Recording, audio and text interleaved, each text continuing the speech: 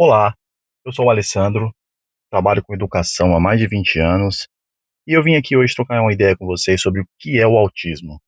Então, se você quer entender um pouquinho mais sobre esse transtorno, se você conhece alguém que é autista, tem algum amigo, algum parente que tem filho autista, ou tem algum coleguinha do seu filho na escola que é autista, fica com a gente, você vai entender direitinho o que que é nesse vídeo rápido, simples e sem complicação. Bora lá?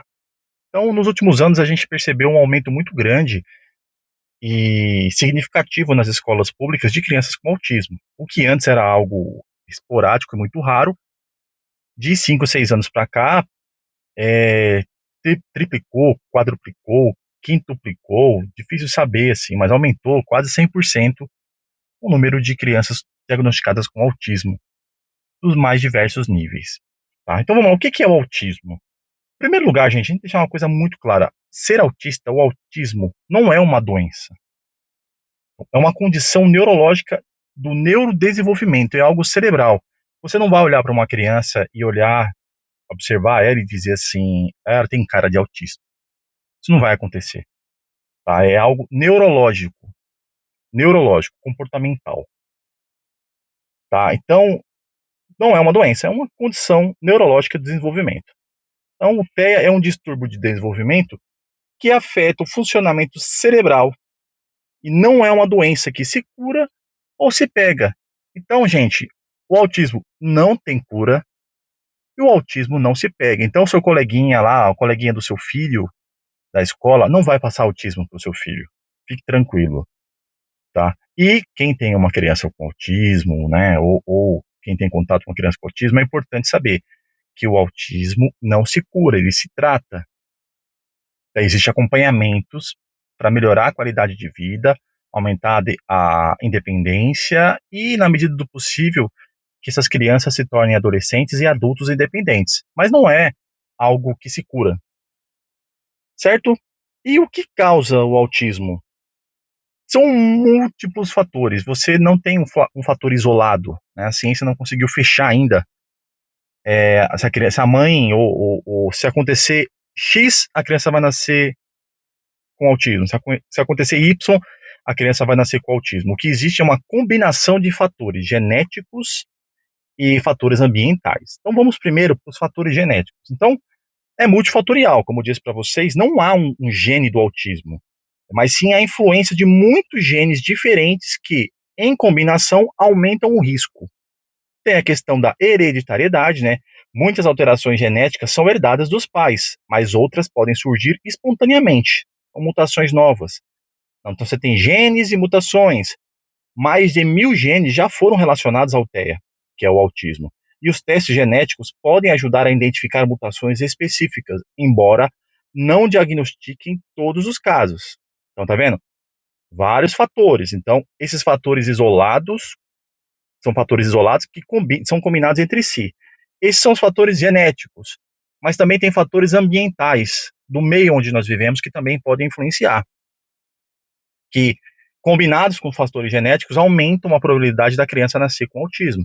Então, existem infecções maternas, né? Algumas infecções durante a gravidez, como a rubéola, são associadas a um risco maior para desenvolver autismo na criança, mas doenças comuns, como gripe, não parecem ter impacto significativo. Então, não parecem.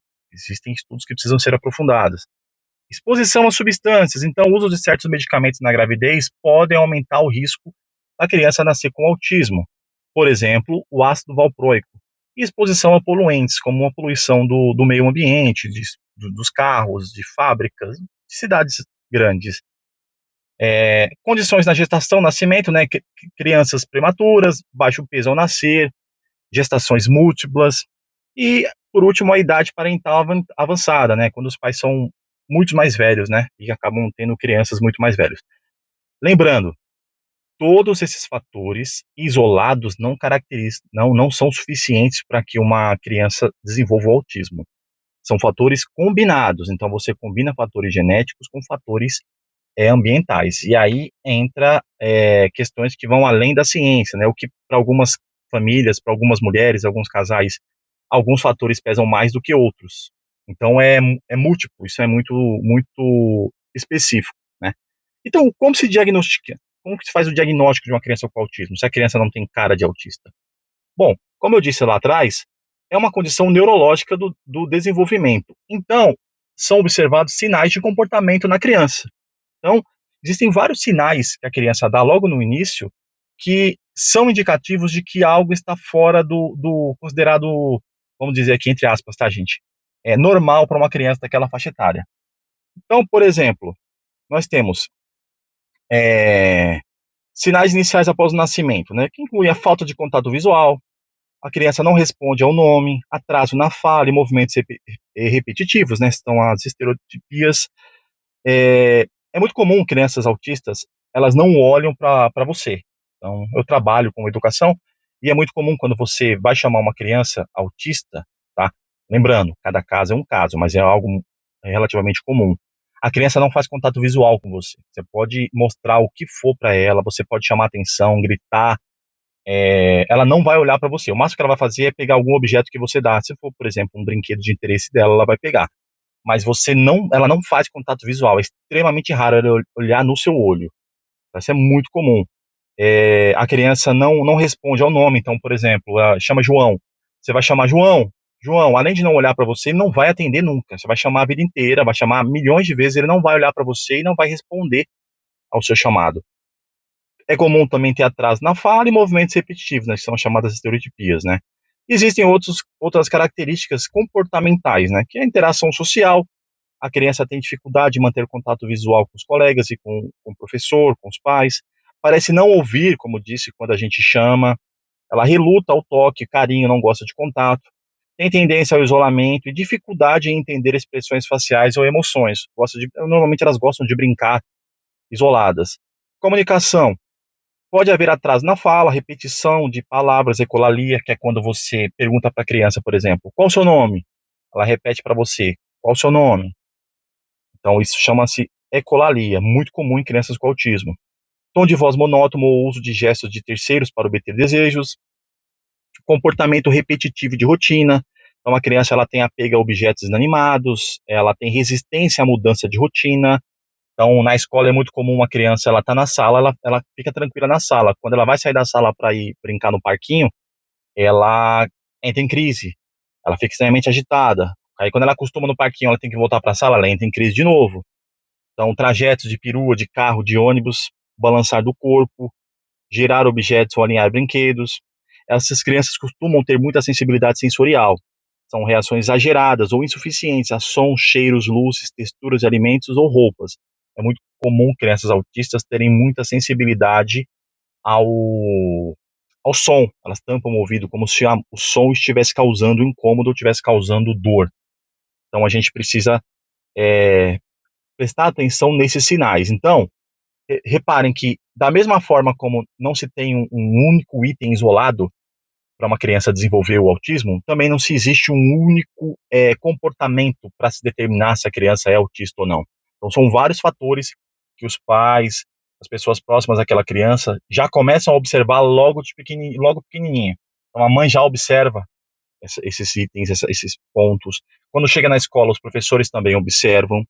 E aí chamam a família para conversar e orientar, procurar um neurologista, procurar um pediatra, porque existem características que podem estar associadas, que podem significar que a criança tem autismo, de algum grau, algum nível de suporte, tá? A criança também tem interesses restritos, é muito comum crianças autistas terem hiperfoco, então às vezes tem em carrinho, em brinquedo de dinossauro, em bola, em música, também é muito comum. Então, nos primeiros anos de vida, a gente já consegue observar esses comportamentos e já traçar um perfil daquela criança. Olha, essa criança aparentemente tem sinais, traços de autismo. Daí a família precisa investigar. Da mesma forma como você não tem um nível de suporte, você não tem um diagnóstico fechado no sentido de entender como que a criança desenvolve autismo, são múltiplos fatores, também você precisa observar múltiplos fatores relacionados ao comportamento da criança. Também existem níveis diferentes de suporte, então uma criança autista nunca é igual a outra. Existem 3 níveis de suporte, o 1, o 2 e o 3, que vai do mais simples, né, que precisa de apenas um apoio social, ao mais severo, que a criança necessita de suporte contínuo e intenso. Então existem vários níveis, existem crianças autistas que não falam, que não conseguem comer, não conseguem usar o banheiro sozinho. E existem crianças autistas que levam uma vida normal, como qualquer outra criança, totalmente independentes. Totalmente independentes, perdão, são totalmente independentes. Então, muito específico, é muito individual. Então, por isso que necessita de um apoio, necessita de um atendimento o quanto antes. E o quanto antes essas crianças forem diagnosticadas com autismo, mais rápido essas crianças serão atendidas no serviço de saúde e mais rápido e melhor será o desenvolvimento dessas crianças, para que elas tenham uma vida plena e independente. Agora, gente, vamos para finalizar o vídeo. Essas crianças na escola pública, a escola pública está preparada para receber essas crianças? Gente, e a resposta, infelizmente, é não. A escola pública brasileira, em sua grande maioria, não está preparada para receber essas crianças. Por quê? Porque existem vários fatores. Existe violência, as escolas são muito violentas, as salas são superlotadas, as escolas são sucateadas e não têm infraestrutura.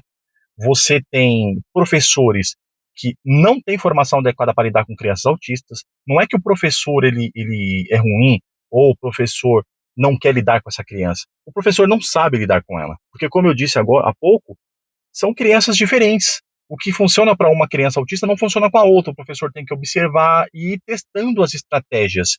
Ele não vai conseguir testar essa estratégia se ele tem na mesma sala 25 crianças que não têm autismo e tem 5 crianças que têm autismo de diversos níveis, desde o suporte 1 até o suporte severo 3. Então ele não tem tempo hábil e nem pernas para poder fazer tudo isso. Então, infelizmente, não tem. Escola pública não tem. Eu vi uma discussão recentemente na internet de uma escola algumas escolas particulares que se recusam a atender crianças com autismo. A família vai fazer a matrícula, a escola não aceita a matrícula.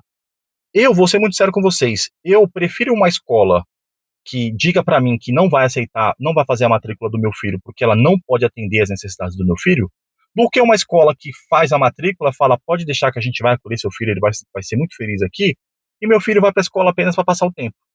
Porque essas crianças, elas pedem um tempo precioso enquanto são crianças, porque é um tempo em que elas podem ser estimuladas e ter avanços significativos.